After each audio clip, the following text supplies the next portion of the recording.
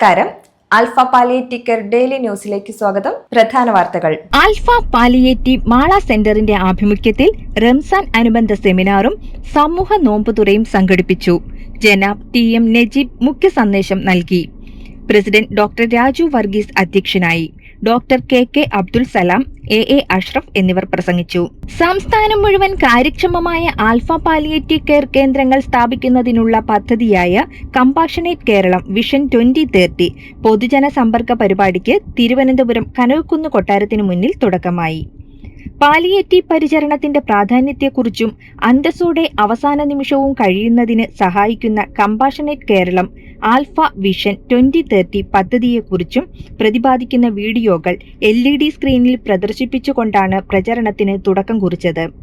പ്രചാരണത്തിന് community development ഓഫീസർമാരായ ഉണ്ണി പുളിമൂട്ടിൽ, Fabin baby, Akshay Babu, Balamurali എന്നിവർ നേതൃത്വം നൽകി. തിരുവനന്തപുരത്തെ പ്രചാരണങ്ങൾക്കു ശേഷം മറ്റ് ജില്ലകളിലും പ്രചാരണ പരിപാടികൾ നടക്കും. ഇതോടെ ഇന്നത്തെ വാർത്തകൾ അവസാനിച്ചു. ജയ് ഹിന്ദ്.